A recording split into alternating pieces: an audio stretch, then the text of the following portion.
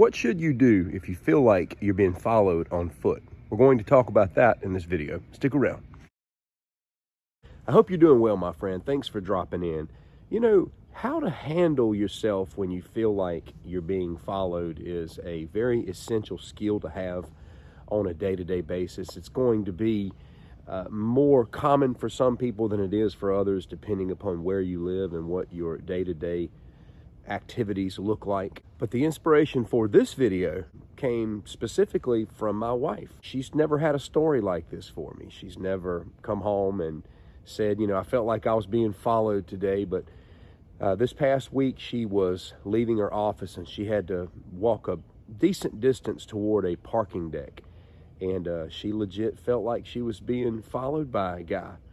I felt like she handled the situation very well, and I'll get into the details of that throughout this video. But let's get started talking about what we should do if we feel like we are being followed on foot by someone.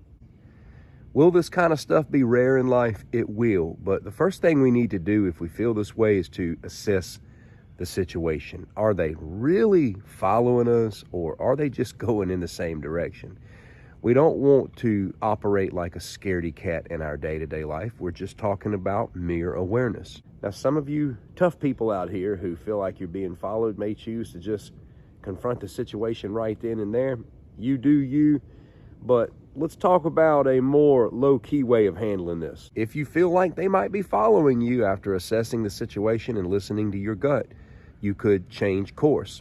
Try crossing the street, going into a busy store, see if they follow you then.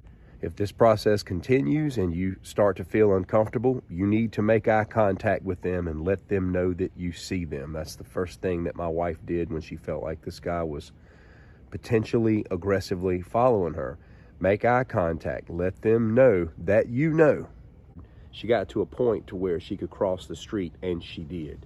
And she crossed the street, and the guy also crossed the street as well, walking behind her. I will add, this city street that she was on is not the busiest. It's not like a New York sidewalk. It's not a million people. It's not even a semi-busy street. It's pretty quiet for the most part where it's located. So if you get somebody walking behind you at this particular location, it's going to feel a little bit weird, and it's going to be something you want to pay attention to. What she did kind of simultaneously at this point was she made eye contact with him to let him know that she saw him, and instead of going straight into the parking deck, she joined up with a group of ladies that were going in another direction, because she was able to enter the parking deck from another direction, and it was at that point that she was able to shake the guy. But I thought that was a good thing. Now, in the meantime, she was armed and prepared to act if need be.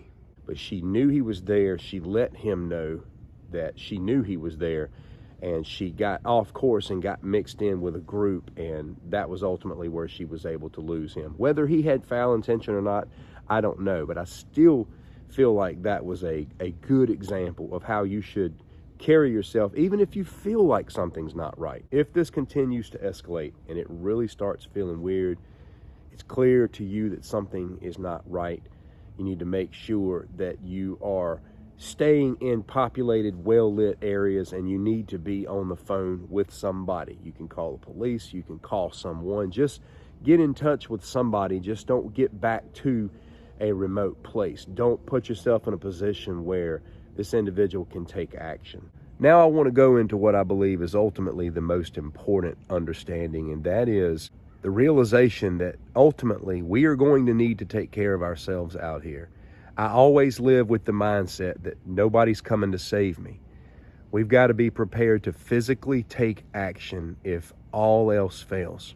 We want to exercise every possible avenue of avoidance that we can without getting into a physical altercation with another human being.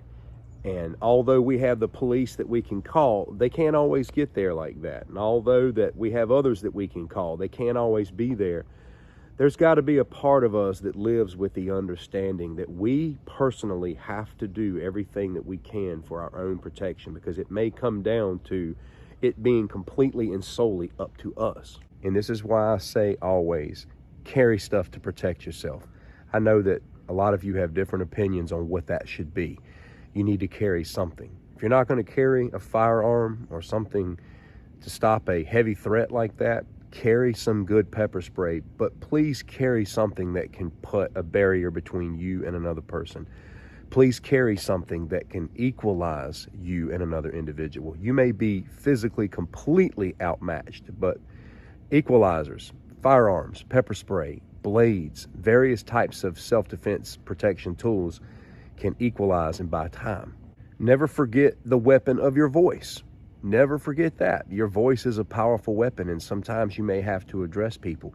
When it comes to protecting ourselves, a lot of times we have to lay down our dignity and be willing to speak up and make ruckus. You know, that's a great weapon too. It's a deterrent. So assess the situation. Am I really being followed, or is this person just going the same direction that I am? What does my gut feel like? Be making eye contact with them if you feel like that this is what is happening. Go to populated places. Don't let them follow you into an isolated spot. If you have to change course, change course. If you have to cross the street, do that. If you have to go into a store, go into a group of people, do all of those things. If you feel like it's really bad, maybe get on the phone with somebody.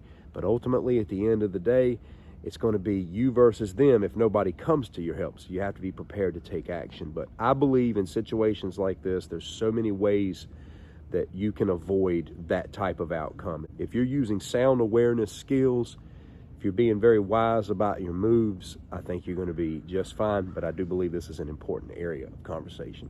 Have you ever been in this situation? What did you do? Take care.